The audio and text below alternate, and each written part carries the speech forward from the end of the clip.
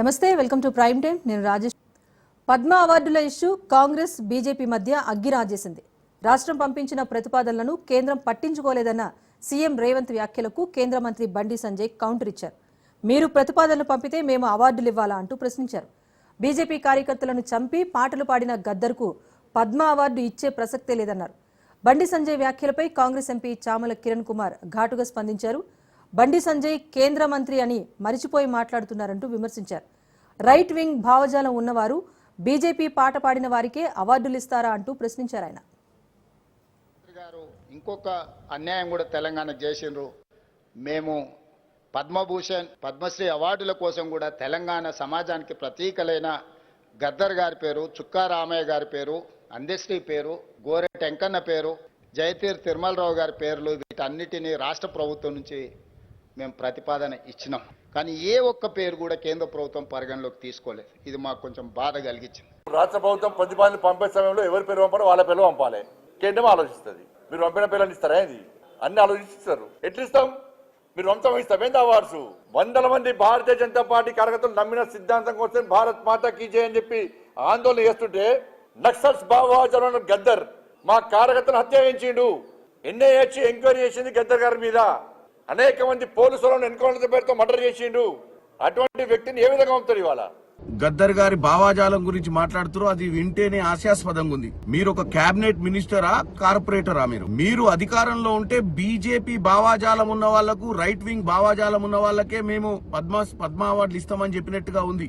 మీరు రాష్ట్రపతిని, ప్రధాని చిన్నతనం చేసినట్టుగా ఉంది మీ మాటలు. రానున్న రోజులలో భారతదేశంలో బీజేపీ పాట పాడిన వారు, బీజేపీ వంతు పలికిన వారికే అన్ని వస్తాయని చెప్పినట్టుగా ఉంది. మీరు అవార్డులు అనేది నిష్పక్షపాతంగా ఇవ్వాల్సినటువంటి పరిస్థితి ఉంటది. ఇలాంటి మాటల వల్ల మీరు మీ ప్రస్తుతం ఉన్న ప్రభుత్వాన్ని దిగజార్చేతనంగా మీరు మాట్లాడినట్టుగా ఉంది.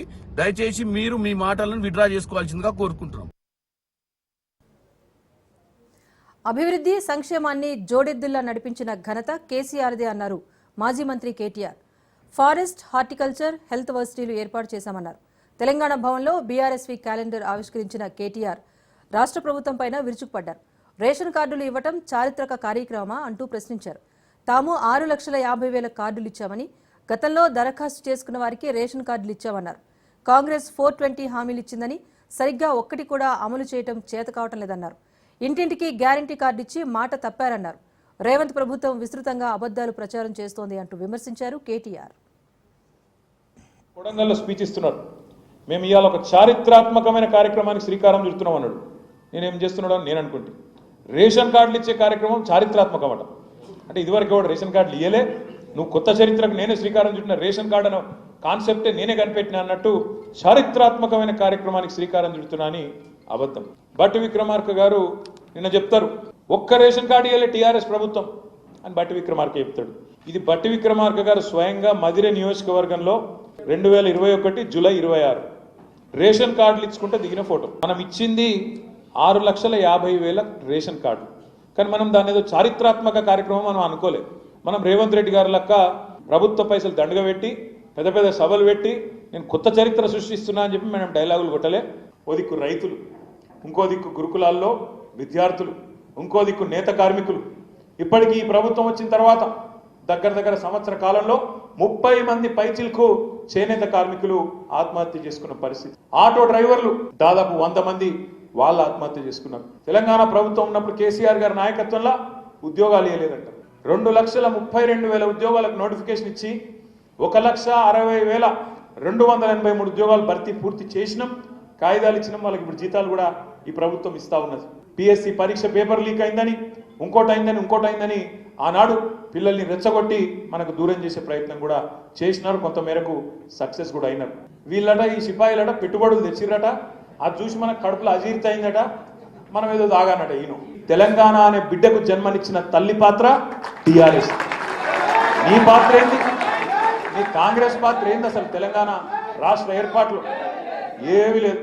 ఉంటే గింటే మంత్రసాని పాత్ర.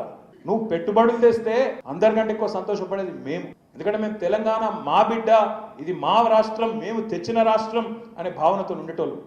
దమ్ముంటే చూపెట్టు. ప్రజలు అడుగుతున్నారు. 1,78,000 కోట్లను బిల్డప్ ఇచ్చుడు కాదు. ఇలా ప్రజలు మీ మీద ఎందుకు అనుమానపడుతున్నారు?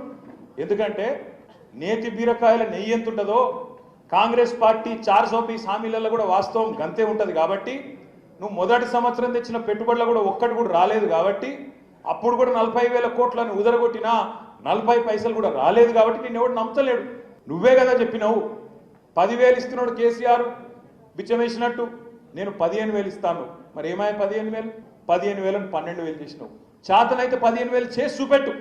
నేను ఒకటే స్పీచ్ల కొడంగల్ల మొదలు ఏం చెప్పిండు, తెల్లారి వరకు అందరికి పైసలు పడతాయి అన్నాడు. కరెక్ట్గా 15 నిమిషాల్లో మాట మార్చేసి. నాకు రేవంత్ రెడ్డి చూస్తే డౌట్ వస్తుంది. అపరిచితున్న సినిమా ఉండే, అప్పుడు ఇటు మడతలు ఇటుగా కూడా తిరుగుంటాడు. సేమ్ ఉన్నాడు. ఎవడు రామో ఎవడు రేమో. అరే ఇప్పుడే నువ్వే అంటివి కదరా, తెల్లారి వరకు పడితే అప్పుడే అన్నాడు. 10 నిమిషాలకే మళ్ళీ నేను మొత్తం మార్చి 31 దాకా ఇస్తా, అది అయిపోయింది. ఇప్పుడు మార్చి 31 అంటే మళ్ళీ సంవత్సరం చెప్పలే. తమ్ముళ్ళు యాద పెట్టుకోరు మీరు. రేవంత్ రెడ్డి పథకాల అమల్లో ఎన్నిసార్లు మాట మార్చుతారు, ఎన్నిసార్లు ప్రజలను మోసం చేస్తారు అంటూ ఆగ్రహం వ్యక్తం చేశారు మాజీ మంత్రి హరీష్ రావు. మాట తప్పడం, మడమ తిప్పటం ఇదేనా కాంగ్రెస్ పాలన అంటూ ఎద్దేవా చేశారు. డిసెంబర్ 9, 2023కు రుణమాఫీ, ఆగస్టు 15, 2024 వరకు రుణమాఫీ, దసరా వరకు రుణమాఫీ అని నేటికి 20 లక్షల పైచిలుకు రుణమాఫీ రైతులకు అందలేదని ఎక్స్ వేదికగా ట్వీట్ చేశారు. రైతులకు రైతు బంధు, వానాకాలం రైతు భరోసా ఎగవేశారని, ఆసరా 4,000, తులం బంగారం, మహిళలకు 2,500 రూపాయలు, విద్యా భరోసా కార్డ్, ఏడాదిలో 2 లక్షల ఉద్యోగాలు ఏమయ్యాయంటూ ట్విట్టర్ వేదికగా ప్రశ్నించారు హరీష్ రావు.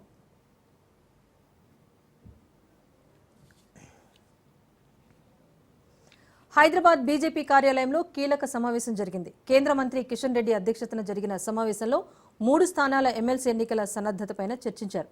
ఎమ్మెల్సీ ఎన్నికల కోసం కమిటీలను ఏర్పాటు చేశారు.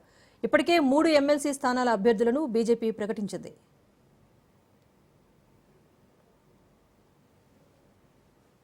అప్డేట్ చేయొద్దని చెప్పండి.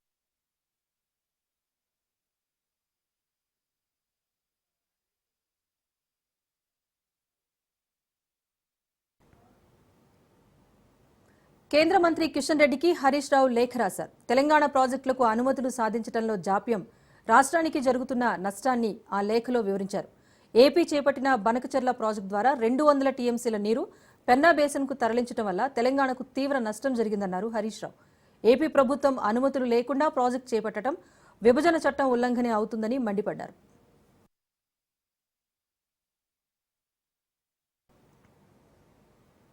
ఎంపీ ఈటెల రాజేందర్ హైకోర్టును ఆశ్రయించారు. పోచారం పిఎస్లో నమోదైన ఎఫ్ఐఆర్ను కొట్టివేయాలంటూ పిటిషన్ దాఖలు చేశారు. స్థిరాస్తి వ్యాపారిపై చేయి చేసుకున్నారు అంటూ ఈటెల రాజేందర్పై కేసు నమోదైంది. వాచ్మెన్ ఇచ్చిన ఫిర్యాదుతో పోచారం పోలీసులు కేసు నమోదు చేశారు. విచారణ చేపట్టిన న్యాయస్థానం కేసుపైన పోలీసులకు నోటీసులు జారీ చేసింది. విచారణను వచ్చే వారానికి వాయిదా వేసింది.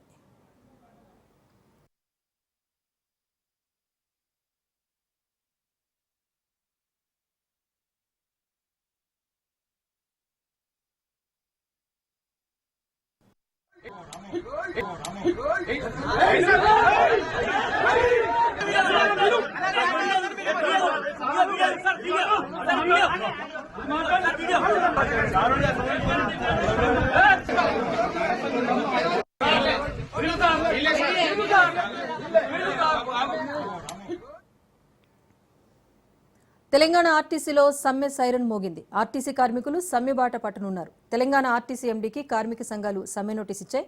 ఆర్టీసీని ప్రభుత్వంలో విలీనం చేయాలని కార్మిక సంఘాలు డిమాండ్ చేస్తున్నాయి. పెండింగ్లో ఉన్న సమస్యలను పరిష్కరించాలని కూడా డిమాండ్ చేశాయి. ఈవీ బస్సుల పేరుతో ఆర్టీసీని ప్రైవేటు పరం చేస్తున్నారంటూ కార్మిక నేతలు ఆగ్రహం వ్యక్తం చేస్తున్నారు. తక్షణమే ప్రైవేటీకరణ ఆలోచన విరమించుకోవాలని ప్రభుత్వాన్ని డిమాండ్ చేశారు.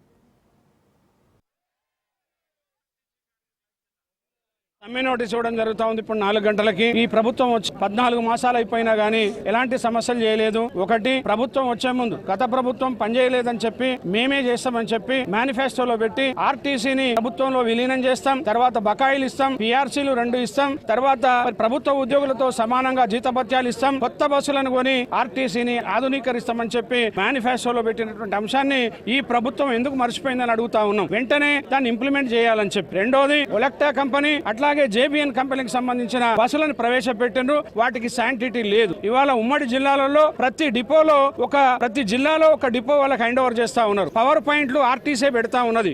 ఒక్కొక్క డిపోకి 8 నుంచి 10-11 కోట్ల రూపాయలని వెచ్చిస్తా ఉంది. ఆ తర్వాత కరెంటు బిల్లులు కూడా కట్టుకునే పరిస్థితి వీళ్ళకే వస్తది. ఇవన్నీ చేసిన తర్వాత అసలు ఈ ఆర్టీసీ ఉంటదా పోతుందా అంటే మరి వాళ్ళు ఎక్కడోళ్ళు, వాళ్ళకేం శాంటిటీ ఉంటది? కాబట్టి ఇది ప్రైవేట్ పరం కావడానికి ఆస్కారం ఉంది. ఇవాళ ఎలక్ట్రిక్ బస్సులు పొల్యూషన్ రహిత బస్సులు అని చెప్పి కేంద్ర ప్రభుత్వం పెట్టింది. పొల్యూషన్ రహితానికి మరి జేఏసీ వ్యతిరేకం కాదు, ఉండాలి ప్రజలకి. ఆ బస్సులో ఆర్టీసీ డ్రైవరే ఉండాలి.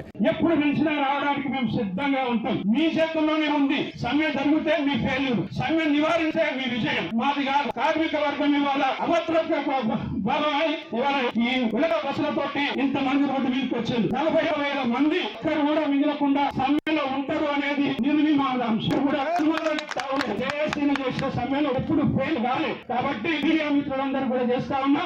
మేమంతా 15 రోజుల్లో సమ్మె డేట్ చెప్పాల్సి ఉంటుంది. 45 రోజులు టైం ఉంటుంది. ఈ లోపల అన్ని జిల్లా పట్టణంలో భారీగా మీటింగులు పెడతాం. హైదరాబాద్ సిటీలో ప్రతి డిపో జరుగుతాం. కార్మికులను మమేకం చేస్తాం. జాతీయ సంఘాలను కలుస్తాం. మేధావులను కలుస్తాం. తర్వాత ప్రతిపక్ష పార్టీలను కలుస్తాం. ప్రజలకి మీడియాని మద్దతు తీసుకొని ఉద్యోగ సంఘాలతో కలిసి మేము పోరాటానికి సిద్ధమని తెలియజేస్తా ఉన్నాం. ఏపీ ఆర్థిక పరిస్థితిపై సీఎం చంద్రబాబు కీలక వ్యాఖ్యలు చేశారు. వైసీపీ పాలనలో ఆర్థిక వ్యవస్థ కుదేలైపోయిందని మండిపడ్డారు. వైసీపీ హయాంలో ఆర్థిక విధ్వంసం జరిగింది అనటానికి నీతి ఆయోగ్ రిపోర్టే నిదర్శనమన్నారు. మంచి రాష్ట్రాన్ని ఇబ్బందుల్లోకి నెట్టారు అంటూ ధ్వజమెత్తారు. తీసుకొచ్చిన అప్పుల్లో కొంతైనా మూలధన వ్యయం చేసి ఉంటే రాష్ట్ర ఆదాయం పెరిగేదన్నారు. చెప్పి మొత్తం వదిలేసామనుకోండి, పబ్లిక్ కూడా హెల్ప్లెస్ అవుతారు కదా. I cannot leave at that stage. I have to fight. ఏ విధంగా చేయాలి? అందుకనే మీరు చూస్తే ఇప్పుడు వచ్చిన తర్వాత 3-4 ప్రోగ్రాంలు వెల్ఫేర్ చేశాం. సూపర్ 6లో మిగిలినట్టు కూడా చేయాలి. దానికి కూడా డేట్స్ ఇచ్చాం. అవి కూడా వర్కౌట్ చేస్తున్నాం. అవి కూడా చేస్తాం. ఏ విధంగా తీసుకెళ్లాలో తీసుకెళ్ళి మళ్ళా దీన్ని గట్టెక్కించి రాష్ట్రాన్ని గాడిలో పెడతాం. 93% స్ట్రైక్ రేట్ ఇచ్చారంటే ఒక నమ్మకం, ఒక విశ్వాసం, ఒక ట్రస్ట్. ఆ ట్రస్ట్ని బ్రీచ్ చేస్తే కరెక్ట్ కాదు. వాళ్ళ మారిగా బాధ్యత రాహిత్యంగా పనిచేయలేం. అట్లని చెప్పి ఇచ్చలవిడిగా చేయలేం. నేను అందుకనే ప్రజల్ని కాన్ఫిడెన్స్ తీసుకుంటున్నాను. I want to place everything before public. Time to time ఇస్తాను. నేను అన్నీ చేస్తాను. చేసిన తర్వాత ఏది కూడా సంపద సృష్టించినా, ఆదాయాన్ని పెంచినా ఆదాయం ఎవరికి చెందుతుంది? It is a public.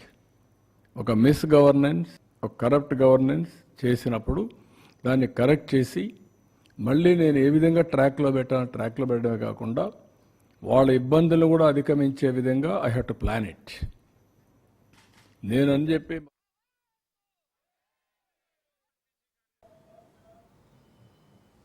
Deputy CM పదవిపై మంత్రి నారా లోకేష్ స్పందించారు. తాను కార్యకర్తగానే పనిచేస్తాను అంటూ స్పష్టం చేశారు. సీఎం చంద్రబాబు తనకు ఏ బాధ్యత ఇస్తే అదే చేస్తానన్నారు. కుటుంబంలో 3 పదవులకు పైగా ఉండకూడదు అనేది తన వ్యక్తిగత అభిప్రాయమని అన్నారు. ఒక వ్యక్తి ఒక పదవిలో 3 పర్యాయాలకు మించి ఉండకూడదని తెలిపారు. పార్టీలో అందరికీ అన్ని అవకాశాలు రావాలనేది తన అభిప్రాయమని వెల్లడించారు నారా లోకేష్. కార్యకర్తగా చూస్తున్నాను అంతే, నాకు అవసరం లేదు అనా. ఒక్క నిమిషం. చంద్రబాబు నాయుడు గారు నాకు ఏ బాధ్యత ఇచ్చినా అహర్నిశలు నేను కష్టపడతా, పని చేస్తా, పార్టీని బలోపేతం చేస్తా. అంతేగాని పార్టీకి చెడ్డ పేరు మటుకు నేను తీసుకురాను. మీరు చూశారు, పాదయాత్రకి వెళ్ళా. నా వల్ల పార్టీకి ఏనాడు ఒక ఇబ్బంది కలగదు. నేను ఒక క్రమశిక్షణతో పార్టీ నాకు ఇచ్చిన ప్రతి బాధ్యత నేను నెరవేరుస్తాను, కట్టుబడి ఉన్నా. కొత్త కమిటీల్లో నేను కూడా ఒక చర్చ చేస్తున్నా, రేపు పాలిట్ బ్యూరోలో డిస్కస్ చేస్తున్నా. ఒక వ్యక్తి ఒక పదవిలో 3 టర్ముల కన్నా ఎక్కువ ఉండకూడదు నేను వ్యక్తిగతంగా నమ్ముతాను. అది నా వ్యక్తిగత అభిప్రాయం, పార్టీ అభిప్రాయం కాదు, నాయకుల అభిప్రాయం కాదు, నా అభిప్రాయం, లోకేష్గా నా అభిప్రాయం. నేను కూడా ఈసారి నేషనల్ జనరల్ సెక్రటరీగా ఉండకూడదని నేను భావిస్తాను. ఎందుకంటే 3 టర్ములు నేను అక్కడనే ఉంటున్నాను. వేరే వాళ్ళు కూడా అవకాశం రావాలి. గ్రామ పార్టీ నుంచి పార్టీలో మూవ్మెంట్ పాలిట్ బ్యూరో వరకు రావాలనేది నా లక్ష్యం, నా ఆలోచన. రైట్ ఆర్ రాంగ్ అది పెద్దలు నిర్ణయిస్తారు. నా ఆలోచన అది. తెలుగుదేశం పార్టీ కార్యకర్తగా చూస్తున్నాను అంతే, నాకు అవసరం లేదు అనా. ఒక్క నిమిషం. చంద్రబాబు పరువు నష్టం దావా కేసులో విశాఖ కోర్టుకు మంత్రి నారా లోకేష్ హాజరయ్యారు. కేసును వచ్చే నెల 28కి వాయిదా వేసినట్టుగా తెలిపారు.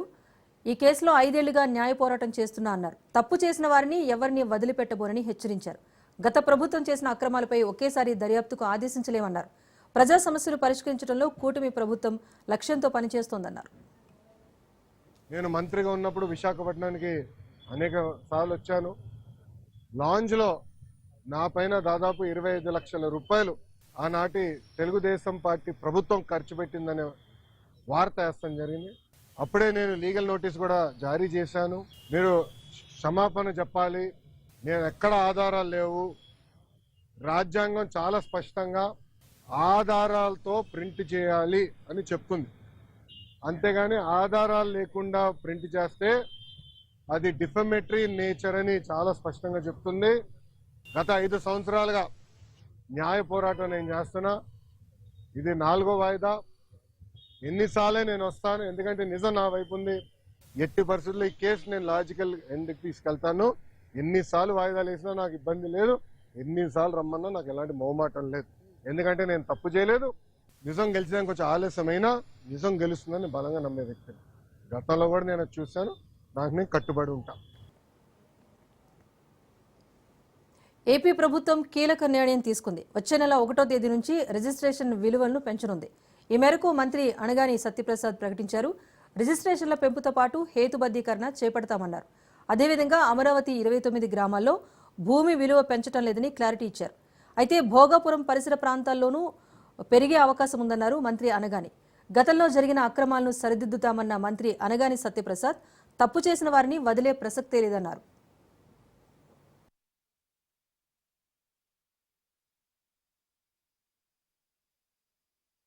పథకాలన్నీ కూడా ప్రజల మధ్యన ఎండగట్టి ప్రజల కష్ట సుఖాలు తెలుసుకుని ఏదైతే రాబోయే రోజుల్లో అప్పటి నుంచి ఇప్పటికి చంద్రబాబు నాయుడు గారు మళ్ళా ముఖ్యమంత్రి అయిన తర్వాత ఎలాగా మెరుగైన పరిపాలన ఇవ్వాలనే లక్ష్యంతో యువగలం అనే అద్భుతమైన కార్యక్రమం చేపట్టిన సంగతి మీకు తెలిసిందే. ఆ రోజుల్లో ఈ రాష్ట్రంలో గత ముఖ్యమంత్రి చేసిన అరాచకాలతో ఎవరు కూడా బయటకు వచ్చి స్వాగతం కూడా పలకని పరిస్థితి, ఎవరు కూడా ప్రతి నమస్కారం పెట్టలేని పరిస్థితి. కానీ వాళ్ళందరిలో కూడా మార్పు తీసుకొచ్చి చైతన్యం తీసుకొచ్చి అద్భుతమైనటువంటి ఆదరణతో మా యువగలం ఆ రోజున ముందుకు వెళ్ళి ఏపీ బీజేపీ చీఫ్ మార్పుపై హైకమాండ్ దృష్టి సారించింది. అయితే బీజేపీ అధ్యక్షుడి రేసులో కడప జిల్లావాసి ముందు వరుసలో ఉన్నట్టుగా తెలుస్తోంది. ముఖ్యంగా సింగిరెడ్డి రామచంద్రారెడ్డిని మోదీ టీం ఖరారు చేసే అవకాశం ఉన్నట్టుగా తెలుస్తోంది. సింగిరెడ్డి రామచంద్రారెడ్డి ఆర్ఎస్ఎస్తో అనుబంధం, రైతు సమస్యలపై పోరాటం చేసిన నాయకుడు. ఇప్పుడు రామచంద్రారెడ్డి రాయలసీమకు చెందిన రెడ్డి సామాజిక నేతగా కలిసి వచ్చే అవకాశం కూడా ఉందని పార్టీ వర్గాలు చెబుతున్నాయి. ప్రస్తుతం రామచంద్రారెడ్డి బీజేపీ కేంద్ర ప్రభుత్వ పథకాల ప్రచార కమిటీ రాష్ట్ర కన్వీనర్గా కొనసాగుతున్నారు.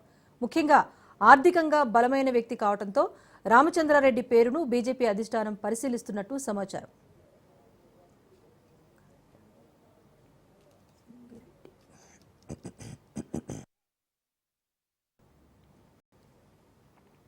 సుప్రీంకోర్టులో మాజీ సీఎం జగన్కు ఊరట లభించింది. రఘురామకృష్ణరాజు దాఖలు చేసిన పిటిషన్ సుప్రీంకోర్టు డిస్మిస్ చేసింది. జగన్పై ఉన్న కేసులను బదిలీ చేయాలని కోరుతూ పిటిషన్ దాఖలు వేశారు. జగన్ బెయిల్ రద్దు చేయాలని వేసిన పిటిషన్ను రఘురామకృష్ణరాజు ఉపసంహరించుకున్నారు.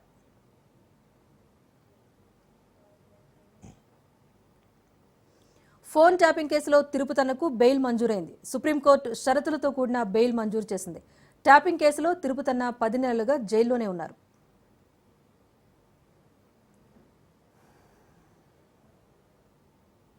హైదరాబాద్ మీర్పేట్ గృహిణి హత్య కేసులో రోజుకో కొత్త కోణం వెలుగు చూస్తోంది. గురుమూర్తి తన భార్య వెంకటమాధవిని హత్య చేసి ఎలాంటి ఆధారాలు లభించకుండా జాగ్రత్తలు తీసుకున్నాడు. అయితే పోలీసుల విచారణలో మాధవిని తానే హత్య చేసినట్లు గురుమూర్తి ఒప్పుకున్నప్పటికీ పోలీసులకు ఎలాంటి ఆధారాలు లభించలేదు. ఇంట్లోనే తన భార్యను హత్య చేశానని, అనంతరం ఆమె మృతదేహాన్ని ముక్కలు ముక్కలుగా చేసి ఎముకలను కాల్చి పొడి చేసి బయటపడేసినట్టు గురుమూర్తి పోలీసుల విచారణలో చెప్పారు. అయితే పోలీసులు గురుమూర్తి నివాసం ఉంటున్న ఇంట్లో అణువణువు తనిఖీలు చేపట్టారు. ఎలాంటి ఆధారాలు సేకరించలేకపోయారు. ఇటీవల మరోసారి గురుమూర్తి నివాసంలో లేటెస్ట్ టెక్నాలజీ ఉపయోగించి దర్యాప్తు బృందం తనిఖీ చేసి ఎట్టకేలకు ఆధారాలను సేకరించింది. ఆ ఆధారాలను DNA రిపోర్టుకు పంపించారు. తాజాగా ఈ కేసులో మరో సంచలన విషయం వెలుగులోకి వచ్చినట్టుగా తెలుస్తోంది.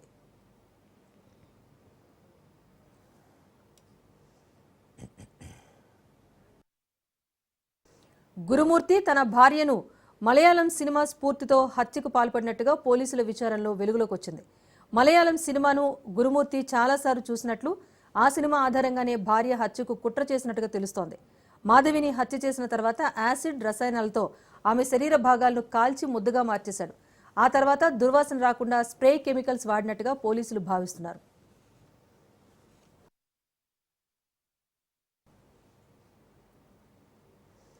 నిందితుడి చేతికి కాలిన గాయాన్ని పోలీసులు గుర్తించారు. దీంతో మాధవి మిస్సింగ్ కేసును హత్య కేసుగా పోలీసులు నిర్ధారణకు వచ్చారు. దీంతో మాధవి మిస్సింగ్ కేసును హత్య కేసుగా పోలీసులు ప్రకటించే అవకాశం ఉంది. DNA రిపోర్ట్ రాగానే గురుమూర్తి పైన హత్య కేసు నమోదు చేయనున్నారు పోలీసులు.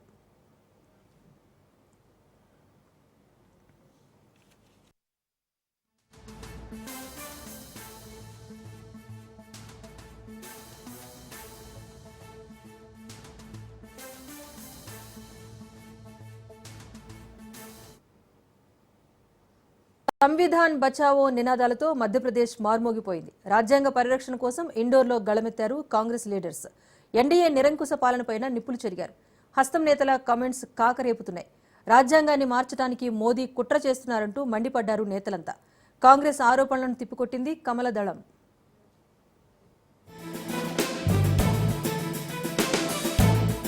బీజేపీపై విరుచుకుపడిన కాంగ్రెస్ రాజ్యాంగాన్ని భూస్థాపితం చేసేందుకు కుట్ర, క్షమించరాని తప్పులు చేస్తున్నారని ఫైర్, రాజ్యాంగ పరిరక్షణ కోసం పోరాడుతున్నాం. మధ్యప్రదేశ్లోని ఇండోర్లో జాతీయ కాంగ్రెస్ ఆధ్వర్యంలో జై బాపు, జై భీమ్, జై సంవిధాన్ ర్యాలీ జరిగింది. ఈ కార్యక్రమానికి ఏఐసీసీ అధ్యక్షుడు మల్లికార్జున్ ఖర్గేతో పాటు వయనాడ్ ఎంపీ ప్రియాంక వాద్రా తదితర అగ్రనేతలు హాజరయ్యారు. అలాగే వివిధ రాష్ట్రాలు, కేంద్రపాలిత ప్రాంతాల నుంచి ఆ పార్టీ ముఖ్య నేతలు సైతం ఈ ర్యాలీకి హాజరయ్యారు.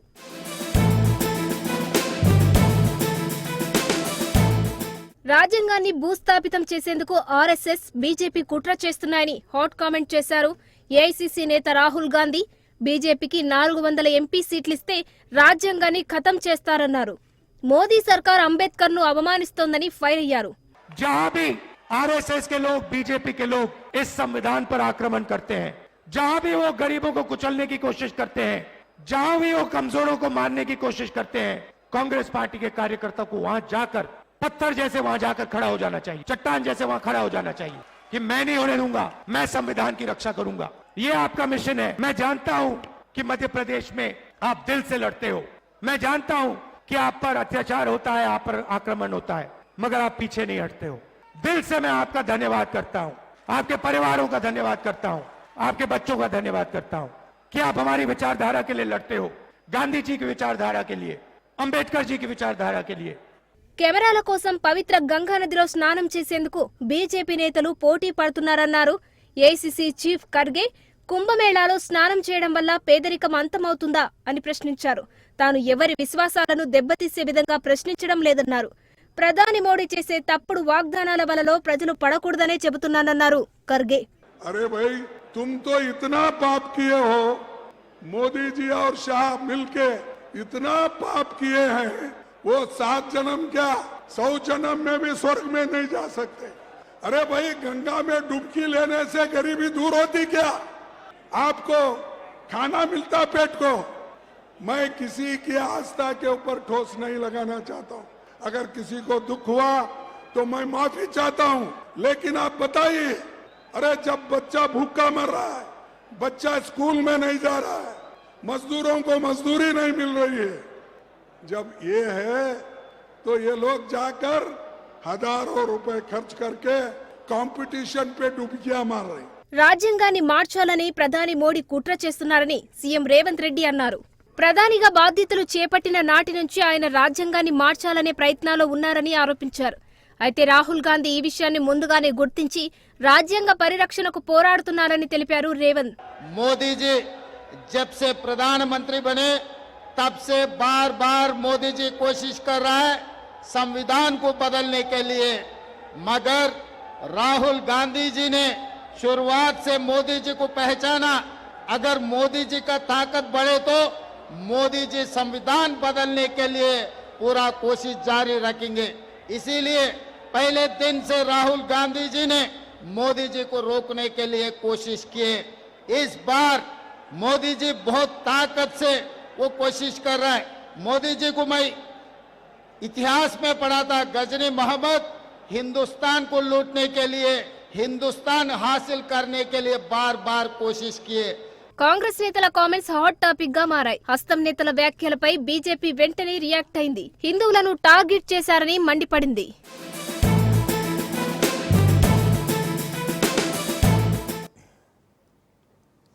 వక్ఫ్ సవరణ బిల్లుకు లైన్ క్లియర్ అయింది. బిల్లుకు జేపీసీ ఆమోదం తెలిపింది. 44 మార్పులను సభ్యులు సూచించారు. 14 సవరణలకు ఆమోదం తెలిపారు. తమ సవరణలను తిరస్కరించారంటూ విపక్షాలు అసంతృప్తి వ్యక్తం చేశాయి. జనవరి 31న లోక్సభకు తుది నివేదిక చేరనుంది. బడ్జెట్ సమావేశాల్లో వక్ఫ్ సవరణ బిల్లుకు ఆమోదం లభించే అవకాశం ఉంది.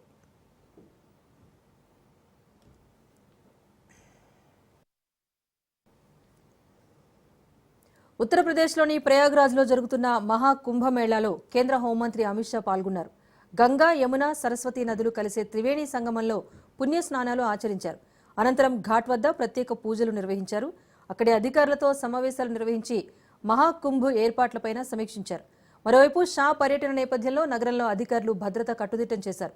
కీలక కూడళ్లు, కార్యక్రమాల వేదికలపైన నిఘా పెంచారు.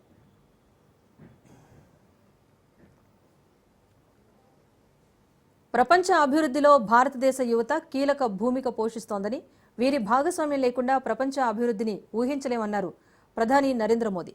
దశాబ్దాలుగా దేశ యువత ఎదుర్కొంటున్న సమస్యలను తొలగించేందుకు తమ ప్రభుత్వం పనిచేస్తోందని చెప్పారు.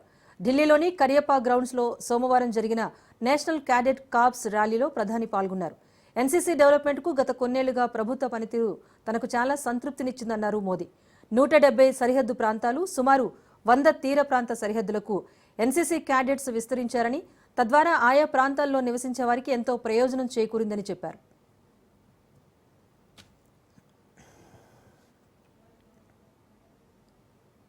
బిజినెస్ అప్డేట్ చూస్తే సోమవారం ఉదయం నష్టాల్లో ప్రారంభమైన దేశీయ స్టాక్ మార్కెట్లు ట్రేడింగ్ ముగిసే సమయానికి భారీ నష్టాల్లో ముగిశాయి. 824 పాయింట్ల నష్టంతో 75,366 పాయింట్ల వద్ద సెన్సెక్స్ ముగిసింది. నిఫ్టీ 263 పాయింట్ల లాస్తో 22,829 పాయింట్ల వద్ద స్థిరపడింది.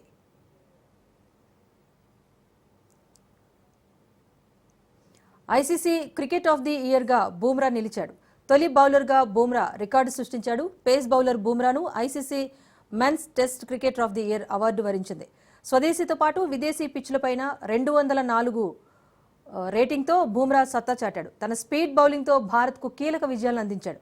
2024లో అతడు 13 టెస్ట్ మ్యాచ్లాడి 71 వికెట్లను తీసుకున్నాడు. వెన్నుగాయం నుంచి కోలుకుని మళ్లీ టెస్ట్లాడిన బూమ్రా అద్భుతంగా బౌలింగ్ చేశాడు. 31 ఏళ్ల బూమ్రా గత ఏడాది 14.92 సగటుతో వికెట్లు తీసుకున్నాడు. ఐసీసీ తన ప్రెస్ రిలీజ్లో బూమ్రా బౌలింగ్ రికార్డులను విశేషంగా మెచ్చుకుంది. ఇంగ్లాండ్, బంగ్లాదేశ్తో జరిగిన స్వదేశీ సిరీస్లో భారత జట్టు విజయంలో బూమ్రా కీలక పాత్ర పోషించాడు. దక్షిణాఫ్రికా, ఆస్ట్రేలియాతో జరిగిన సిరీస్లోనూ అతడు అత్యధికంగా వికెట్లు తీశాడు.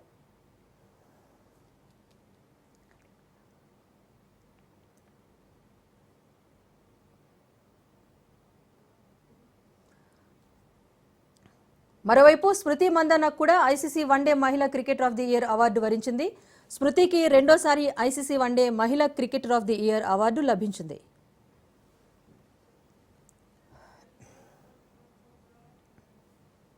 ఇది prime time news update. Keep watching Raj news.